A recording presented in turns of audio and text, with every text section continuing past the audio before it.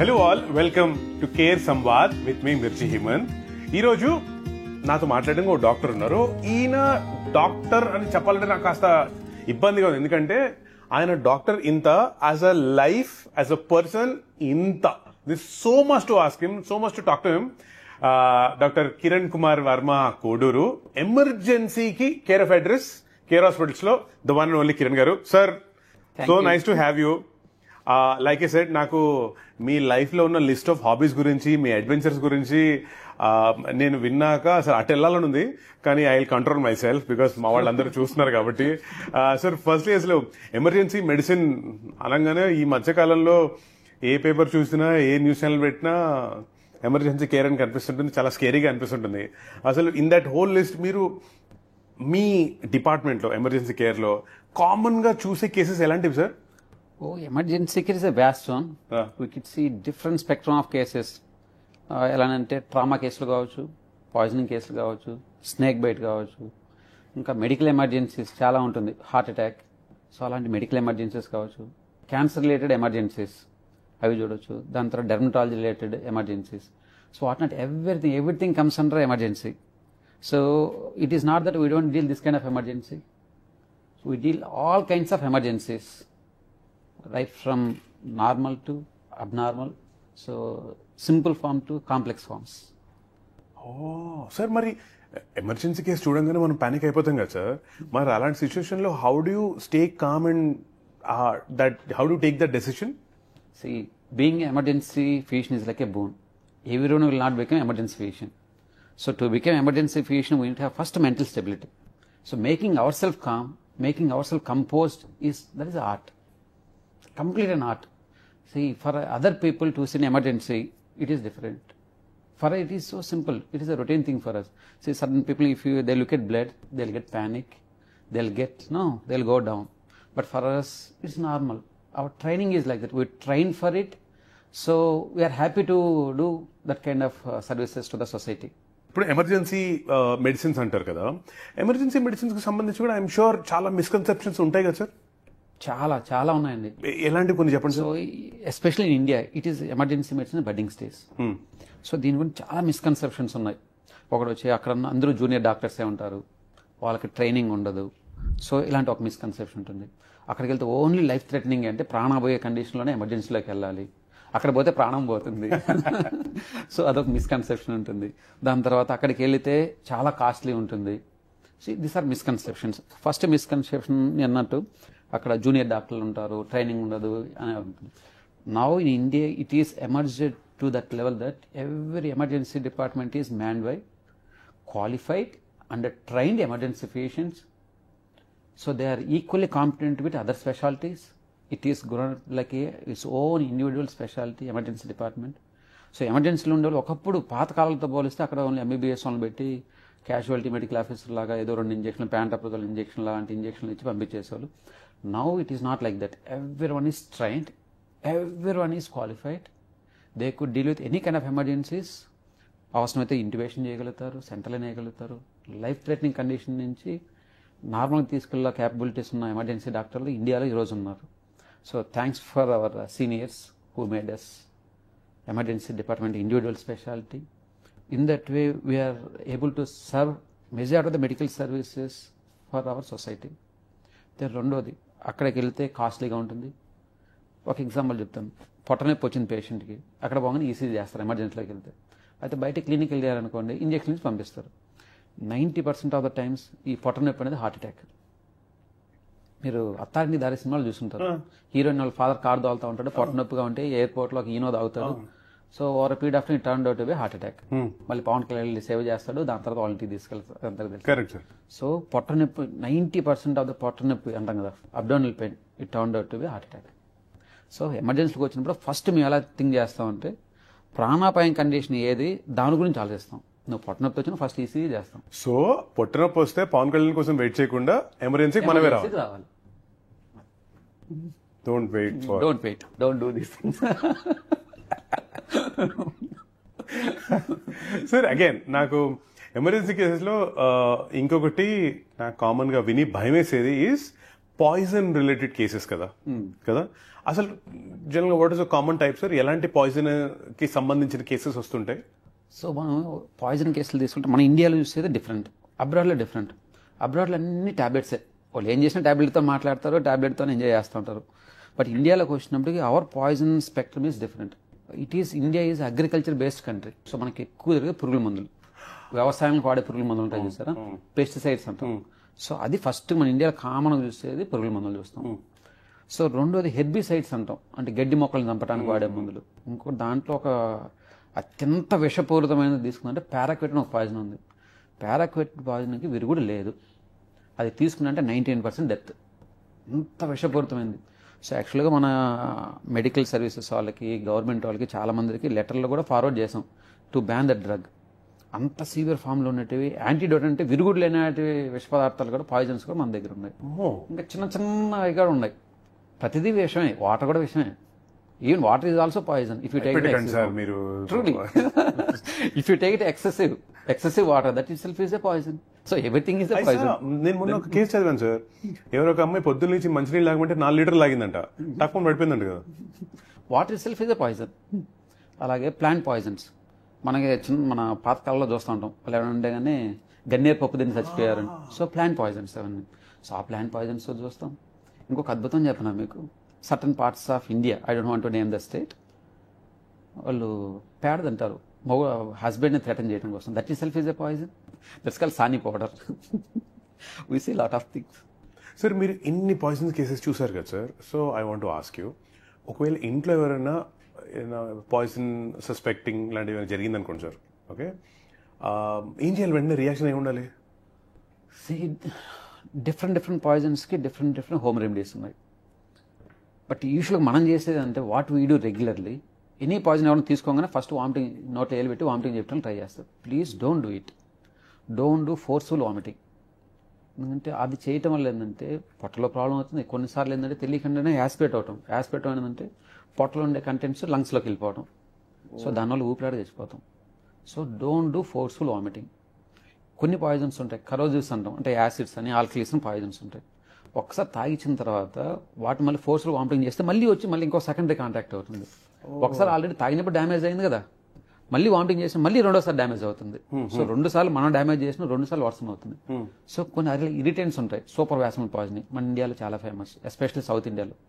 మన వాళ్ళు తలగ పెట్టుకోవాల్సింది పొట్టకు పెడతారు, సూపర్ వ్యాసమల్. అలాంటి వాటిలోకి ఇండ్యూస్డ్ వామిటింగ్ చేపిస్తారు. దానివల్ల అంటే డ్యామేజ్ ఎక్కువ అవుతుంది. లేదు రొటీన్గా అంటే ఇన్ జనరల్గా వాట్ వీ సపోజ్ టు అంటే we can give burned bread. Bread ఉంటుంది కదా, బ్రెడ్ని బాగా మార్చేసినాం అనుకోండి, చార్కోల్ లాగా అయిపోతుంది, అంటే బొగ్గు లాగా అయిపోతుంది.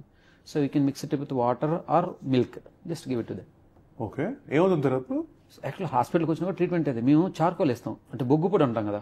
ఎవరైనా పురుగుల మందు దాగి వచ్చినప్పుడు కానీ కొన్నిటికి పురుగుల మందు ఇది ఇస్తాం, చార్కోల్ ఉంటుంది, యాక్టివేటెడ్ చార్కోల్ అంటే మల్టీ డోస్ యాక్టివేట్ చార్కోల్. తెలుగులో చెప్పాలంటే బొగ్గు పొడి పొట్టలోకి ఇచ్చినప్పుడు దాంట్లో విషం ఉండేదంతా కూడా అబ్జర్వ్ చేసుకుంటుంది దాంట్లోకి, ఆ చార్కోల్లోకి. మళ్ళీ మేము క్లీన్ చేస్తాం. That is called stomach wash. Clean ఎలా చేస్తారు మీరు? లోపల ట్యూబ్ వేసి పొట్టలోకి క్లీన్ చేస్తాం. సో ఆ అబ్జార్ప్షన్ తగ్గించడం కోసం మన ఇంట్లో మనం తీలేం కదా, అవును, పొట్టలో పెట్టేసి మనం వామిటింగ్ చేయకూడదు. That is very wrong. ఇంకా ట్యూబ్ మీ దగ్గర ఉండదు కాబట్టి ఏంటంటే ఫస్ట్ మీరు చేయాల్సింది యాక్టివేటెడ్ చార్కోల్ లాగా, ఇది బ్రెడ్ అని అన్నాను కదా, బ్రెడ్ ముక్క కానీ అలాంటిది. సో బాగా మార్చినలాగా చేసి తినిపించి పాలతో మిక్స్ చేసినామంటే సరిపోతుంది. Then you have to bring it to hospital. పాలతో ముంచి పొట్టలో వేస్తే ఏమవుతుంది? అబ్జార్ప్షన్, ఆ విషం అనేది పొట్టలోకి అబ్జర్వ్, బాడీలోకి అబ్జర్వ్ కాకుండా ఆ బ్రెడ్ పట్టుకో ఉంటుంది. బ్రెడ్ అట్లీస్ట్ 60 to 70% అబ్జర్వ్ చేసి పెట్టుకుంటుంది. So then if you come to the hospital will aspirate, will do the stomach wash. So that is the one thing you can do it, but don't do anything heroic. అదే ఇప్పుడు ఇవన్నీ మిత్సే, vomiting చేయించడం, నీళ్లు తాగించడం అలాంటివి అస్సలు చేయకూడదు. అది ఇంకా ప్రాబ్లం అవుతుంది. సార్ ఇది ఏజ్ గ్రూప్స్ లో ఎలా డిఫర్ అవుతుంది సార్? అంటే పిల్లలకి, పెద్దవాళ్ళకి, ఆడవాళ్ళకి, మగవాళ్ళకి అలా? Adult and we can divide 3 categories. One is చిన్నపిల్లలు, children population, then adult and elderly. So almost విషయం అనేది అందరినీ యూనిఫామ్గా చూస్తుంది, దానికి ఏం పార్షియాలిటీ లేదు. It remains same. కాకపోతే అంటే చిన్నపిల్లలకి ప్రవర్తించే విధానం వేరు, అడల్ట్లో చేసేది వేరు, పెద్దలు వేరు. చిన్నపిల్లలు అంటే మెజారిటీ యాక్సిడెంట్లో జరుగుతుంది. అంటే they ten to walk around, they ten to crawl around, what ever comes in there way they put it in the mouth. So అది యాక్సిడెంట్గా జరిగేటి ఉంటాయి. బట్ అవుట్కమ్ కూడా బెటర్గానే ఉంటుంది. ఫామ్ సివియారిటీ ఎక్కువ ఉండొచ్చు పిల్లల్లో. అడల్ట్కి వచ్చేటప్పుడు సేమ్ మగ ఆడ డిఫరెన్స్ లేకుండా ఆల్మోస్ట్ ఈక్వల్గానే ఉంటుంది. పెద్దల్లోకి వచ్చేటప్పుడు ఏంటంటే ఈ విష పదార్థం వల్ల అవుట్కమ్ అనేది చాలా తక్కువ ఉంటుంది. ఎందుకంటే వాళ్ళు ఎల్డర్లీ పీపుల్, వాళ్ళ యొక్క ఫంక్షనల్ రిజర్వ్స్ చాలా తక్కువ ఉంటాయి. దాని తర్వాత మల్టిపుల్ డ్రగ్స్ వాడుతూ ఉంటారు. దానివల్ల ఇమ్యూనిటీ సప్రెస్ అయి ఉంటుంది. దాన్ని ఆ ఏజ్ వల్ల కూడా ఇమ్యూనిటీ కూడా డౌన్ అయి ఉంటుంది. ఆ రిజర్వ్స్ ఉంటుంది ఫంక్షనల్ కెపాసిటీస్, అది హార్ట్ కానీ లంగ్ కానీ బ్రెయిన్ కానీ ఆ ఫిజియలాజికల్ ప్రాసెస్తోనే తక్కువ ఉంటుంది. On top it is extra load poison అనేది. సో అవుట్కమ్ అనేది చాలా తక్కువ ఉంటుంది పెద్దవాళ్ళు. బట్ అవుట్కమ్ అనేది ఎప్పుడు కూడా మల్టిపుల్ థింగ్స్ పైన వేరే అవుతుంది. డ్రగ్ ఎంత విషమైన, ఎంత సివియారిటీ డ్రగ్, ఎంత లోపల మెడికల్ అటెన్షన్ చేసినాం, ఎంత ఫాస్ట్గా మనం యాంటీడోట్ స్టార్ట్ చేస్తాం, వీటిపైన అవుట్కమ్ అనేది యూజువల్గా డిపెండ్ అవుతుంది. అడల్ట్లో కానీ, పిల్లల్లో కానీ, పెద్దల్లో కానీ. సార్ మరి పిల్లల్లో తెలియకుండా పొట్టులోకి వెళ్ళిపోయే పాయిజన్స్ ఏంటి sir? Sometimes they eat batteries, button batteries, small batteries ఉంటాయి. They most dangerous one. అవునా? We couldn't even notice what they ingested. అవి వీడియో గేమ్స్ లో దాన్ని we can call it button batteries. పొట్టలో పోయింది అనుకోండి, తేమ తగలంగానే అంత డిశ్చార్జ్ అవుతూ ఉంటుంది. ఎలక్ట్రిక్ కరెంట్, దాని తర్వాత రేడియేషన్ అంతా డిశ్చార్జ్ అవుతూ ఉంటుంది. మొత్తం అంతా చీల్చుకెళ్ళిపోతుంది, మొత్తం అంత పర్ఫెక్ట్ అయిపోతుంది స్టమక్. మరి ఎలా అప్పుడు తెలియదు మనకి. ఫస్ట్ అంతా అప్డౌన్ పెయిన్ చెప్తా ఉంటాడు వాడు. మనం అనుకుంటాం చిన్న ఏదో బయట ఏదన్నా తిన్నాడేమో తాగాడేమో అనిపిస్తుంది. But don't take a risk. Button batteries are more dangerous. So keep them away from the children. ఇది అసలు చాలా అవసరం, చాలా డేంజరస్. ఇది సార్ పెన్సిల్ ముల్క్ లెడ్ ముక్కులో పెట్టుకుంటారు, తీసుకుంటా ఉంటారు. నోట్లో పొట్టలోకి వెళ్తే ఏం కాదు, లంగ్స్ లో పోతేనే డేంజర్. చిన్న కొంతమంది పిల్లలు కాయిన్ పెట్టుకుంటారు, బై మిస్టేక్ అది ఫుడ్ పైప్ లో కాకుండా విన్ పైప్ లోకి వెళ్తుంది. Then that is dangerous, life threatening. Patient, that baby or anyone, they will die within 5 to 10 minutes. There are multiple techniques to relieve that foreign body. అడల్ట్కి ఒక విధంగా ఉంటుంది, పిల్లలకు ఒక విధంగా ఉంటుంది. But you have to identify, you have to remove the foreign body immediately. Otherwise, they will die soon.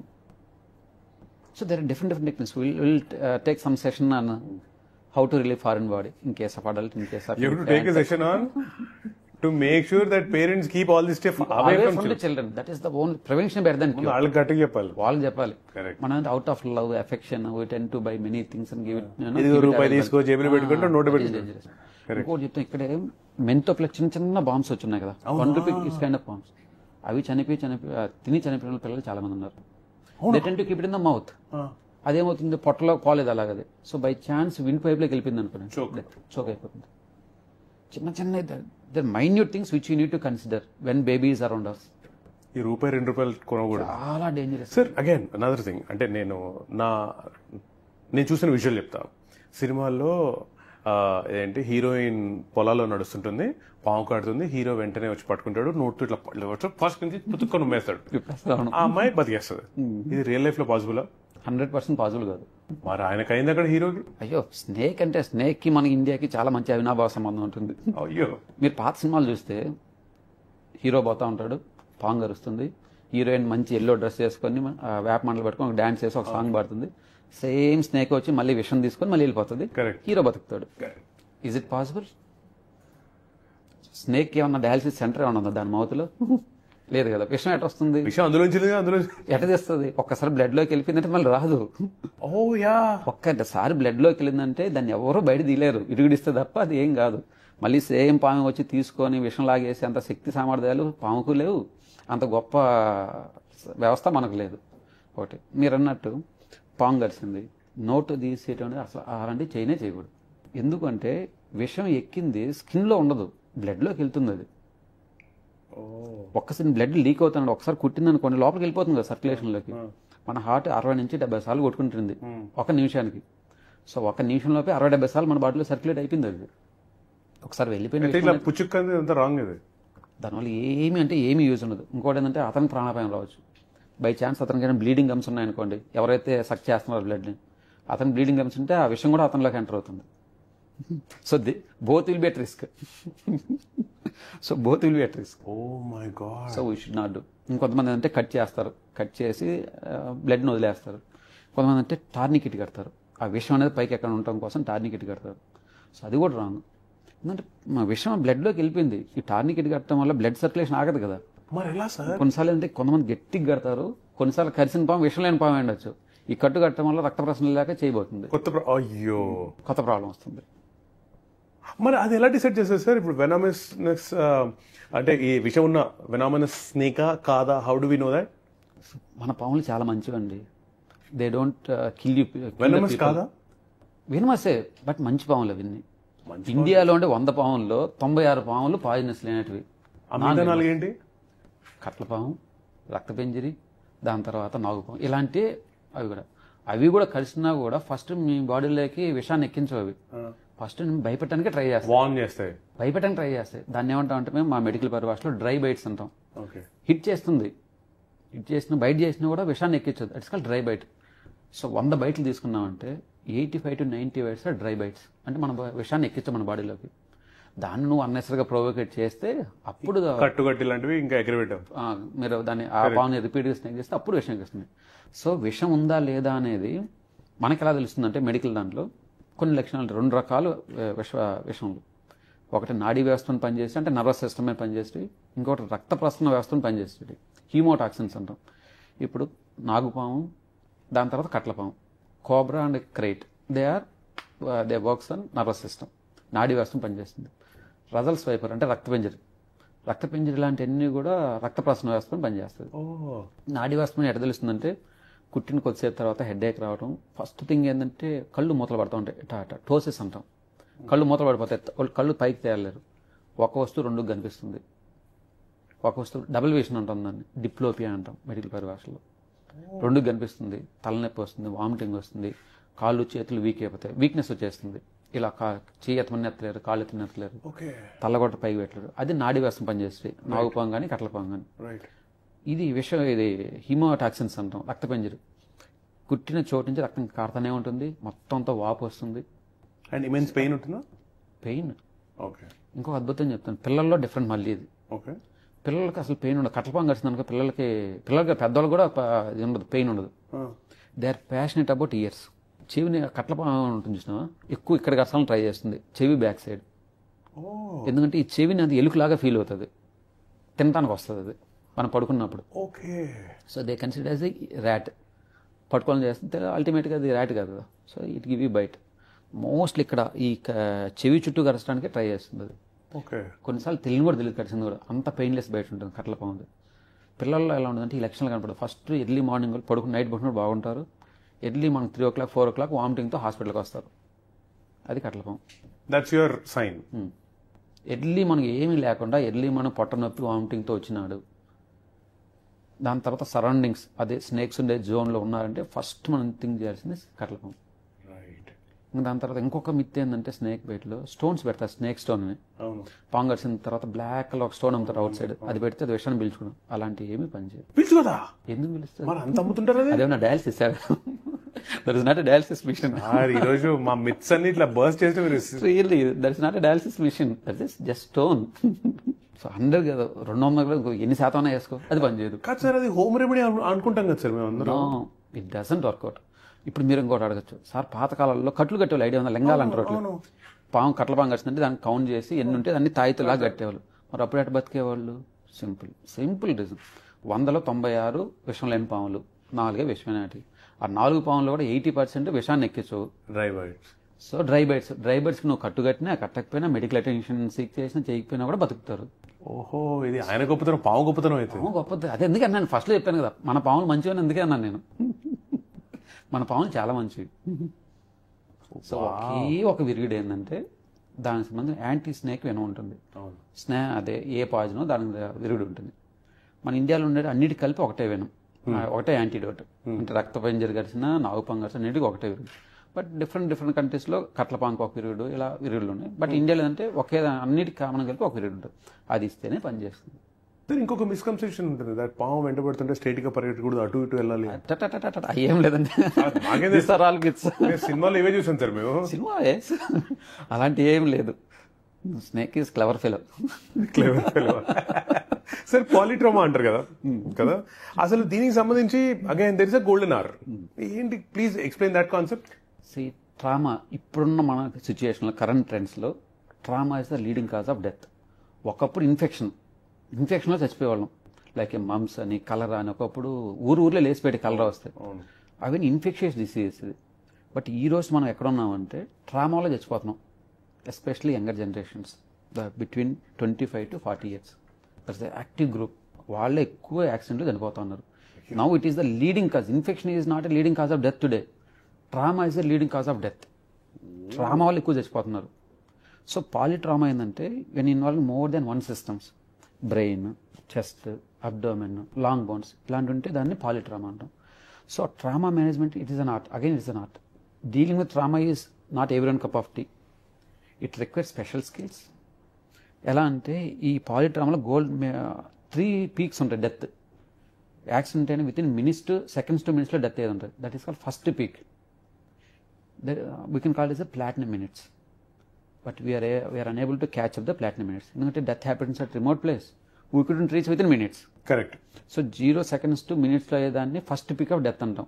అది heart bust అయిపోవటం, దాని తర్వాత మేజర్ బ్లడ్ వెల్స్ బస్ట్ అయిపోవటం, అలాంటి రోజులు మినిట్స్లో చనిపోతారు. ప్లాటినం మినిట్స్లో మనం ఏం చేయలేం. నెక్స్ట్ సెకండ్ పీక్ వచ్చేసి minutes to hours. So this is call golden hour. First 60 minutes of యాక్సిడెంట్ని గోల్డెన్ అవర్లాగా అనుకుంటాం మనం. ఆ టైంలో మనకి early interventions, early identification, early registration చేస్తే we can make the difference between life and death. Outcomes బాగుంటాయి. ఎలా అంటే ఫస్ట్ మా దాంట్లో గోల్డెన్ అవర్లో ఈ ట్రామా పేషెంట్ ప్రైమరీ సర్వే ఉంటుంది. ఫస్ట్ ఏది ప్రయారిటీ చూసుకున్నాం, ఎయిర్వే. అంటే మనకి ఎయిర్వే లేకపోతే ఎయిర్వే అంటే గాలి తీసుకుంటే మార్గం, అది compromise will day with in minutes. దాని తర్వాత బ్రీతింగ్, దాని తర్వాత సర్క్యులేషన్, ఇలా ABCD అప్రోచ్ ఉంటుంది. That is called golden our concept. First ఏమో ప్రైమరీ అసెస్మెంట్ చేసుకుంటాం, దాని తర్వాత రెజిస్ట్రేషన్ చేస్తాం, మళ్ళీ రీఅసెస్ చేస్తాం ఎలా ఉంది, ఎయిర్వే ఎలా ఉంది, బ్రీతింగ్ ఎలా ఉంది, సర్క్యులేషన్ ఉంది. So this is golden hour. ఈ గోల్డెన్ అవర్లో మనం క్యాచ్ చేయగలిగితే పేషెంట్స్ని we can makes the difference. Outcome చాలా అద్భుతంగా ఉంటుంది. ఇప్పుడు హెడ్ ఇంజరీ తీసుకోండి, చెస్ట్ ఇంజరీ తీసుకోండి, అబ్డోమినల్ ఇంజరీ తీసుకోండి. ఆ గోల్డెన్ అవర్ కాన్సెప్ట్ ఎంత బాగా మనం యూటిలైజ్ చేయగలిగితే అవుట్కమ్స్ అంత బాగుంటుంది. మన గోల్డెన్ అవర్ మిస్ అయినామంటే డెత్ ఎక్కువ అవుతుంది. సో ఇప్పుడు మీరు చెప్పిన ABCD ఇలాంటివన్నీ ఆ key steps. Very crucial means crucial. నాకు మాట చెప్పండి సార్, ఇదైతే ఖచ్చితంగా మీరు మా వాళ్ళందరికీ చెప్పండి సార్. బై స్టాండర్స్ అంటే నువ్వు రోడ్డు మీద వెళ్తున్నప్పుడు ఎవరికైనా ఒక యాక్సిడెంట్ అయింది ఇలాంటివి ఏమైనా చూసాం అనుకోండి సార్, ఖచ్చితంగా పక్కనున్న వాళ్ళు చేయాల్సిన పని ఏంటి, మమ్మల్ని మేము అందరూ ట్రైన్ చేసుకోవాల్సిన విషయాలు ఏంటి? సో ట్రామా రిలేటెడ్ పెద్దగా చేసేది అంటే as a basic medical help. So make them stabilize. So give them assurance. Don't make them move around. Don't make them to walk or do some kind of things. Make them stabilize there itself. ఇంకోటి ఇంకేమైనా చేయగలిగితే spine, ఎస్పెషల్గా ఇక్కడ మెడ దగ్గర ఉంటుంది కదా spine, spine, cervical spine అంటాం, దాన్ని ప్రొటెక్ట్ చేయడానికి ట్రై చేయండి. అంటే మూవ్ చేయకుండా, ఇటు మూవ్ చేయకుండా. లేదు ఫ్రాక్చర్స్ అయినాయి కాదు సార్, ఒక్క నిమిషం ఆగండి సార్. ఇప్పుడు ఎవరికైనా ఏదైనా బండి మీద యాక్సిడెంట్ పడ్డాడు అనుకోండి సార్, ఒకసారి ఏం కాలేదు కదా, ఒకసారి అటు ఇటు నాడు, ఒక మెడ అటు ఇటు తిప్పు, చేతులు తిప్పు అంటాం. Don't do that. అవునా, చేయకూడదా? Don't do that. Oh my God, don't do it. If it is a major trauma don't do it. అవునా సార్? స్పైన్, సర్వకల్ స్పైన్, ఎందుకంటే చాలా సెన్సిటివ్ పార్ట్ ఇది. కొన్నిసార్లు పేషెంట్ అంత అద్భుతంగా ఉంటుంది, పై నుంచి కింద వరకు ఏం దెబ్బలు తగలవు, గాయాలు ఉండవు, ఏముండవు. ఇక్కడ జరిగే ఇంజరీ కూడా చనిపోతారు. మనం అనిపిస్తారు రే పెద్ద యాక్సిడెంట్ రా, ఏం కాలేదురా గాయాలు అని, చనిపోయాడు రా. మోస్ట్లీ సర్వకల్ స్పైన్ అంటే మెడ దగ్గర ఉండే నరాలు. ఓ మై గాడ్. సో ఆ సర్వకల్ స్పైన్ ప్రొటెక్ట్ చేసుకోవాలి. కాళ్ళని ఇక్కడ చూసుకోవటం. దాని తర్వాత లాంగ్ బోన్ ఫ్రాక్చర్స్ ఉంటాయి కదా, లాంగ్ బోన్ ఫ్రాక్చర్స్ అయినప్పుడు మీ దగ్గర ఉండే scale, at least paper, you do multiple folds.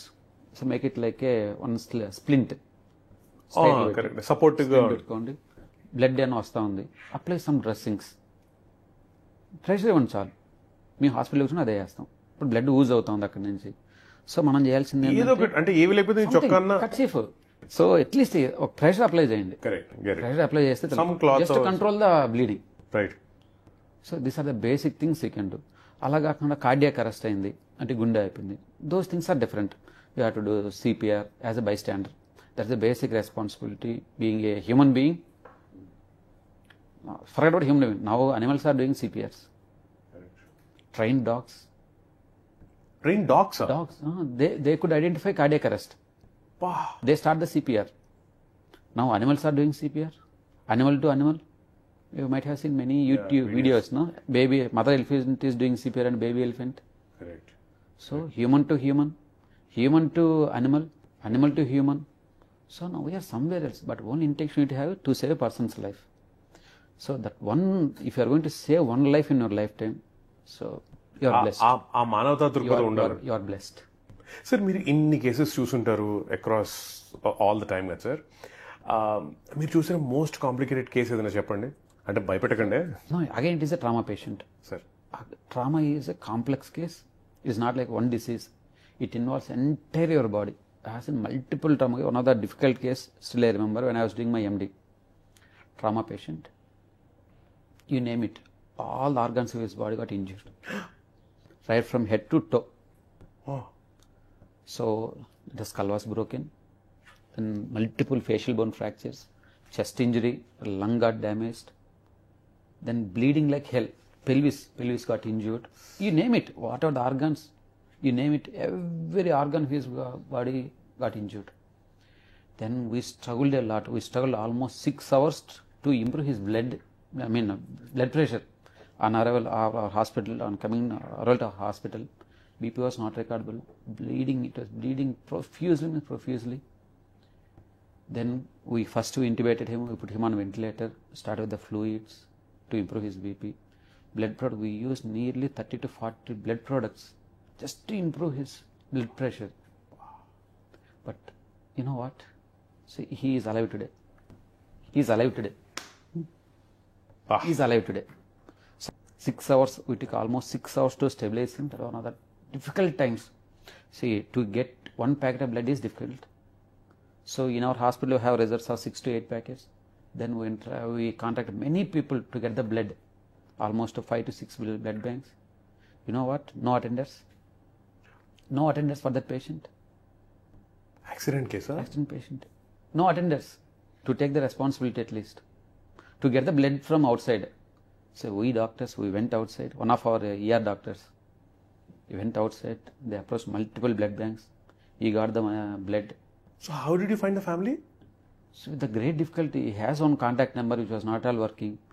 Then it took almost 4 to 5 hours to trace his family. The great difficulty, with the help of police, somehow we could manage to identify the patient family members. They came in, then we took him to the OT after stabilization. So, you know what? No money matter involved in that case. So we didn't look for money. Whether he is able to pay that or not, we are least bothered. We took the responsibility. Correct. That time patient life is important. If something goes wrong, then we couldn't bring him back. Correct. If you spend crores of money also, we couldn't bring him back. So at that point of time, even our HOD he used to tell us that don't think about money. They think about patient's life. You do whatever you want. I am there to support you. So he is a great. So we train like that. We will also do the same things. Now we are doing the same things now. Sir, what is the most rewarding thing of being an emergency doctor? What's the best thing? Many things. So for me, emergency is like a great thing. The reason why I have chosen emergency medicine is different, not like others. My point of view is, so I met with a major accident. That made me to join emergency. I have changed my profession from pediatrics to emergency. I was interested in pediatrics. I am passionate about pediatrics. I want to become a children doctor. But I met with a major accident. That made me to change my profession from pediatric. There are many pediatricians. There are hardly 1 or 2 emergency physicians at that time when I joined. So I want to become emergency physician. Then I searched entire India. Those days there are no places where they teach emergency medicine. Finally I found one place where they are teaching emergency skills and emergency medicine course. Then I joined there. My HOD is a great person. He is like a he is a father of modern emergency medicine. Wow. He is a great person. There are mentors like Dr. Srinath sir. He is also another great person. So who put his efforts to bring up emergency to what we are having today. Our HOD Dr. VP Chandrasekharan. There are many people who brought up emergency in India especially. When it was nothing. Now we are enjoying golden era of emergency medicine in India.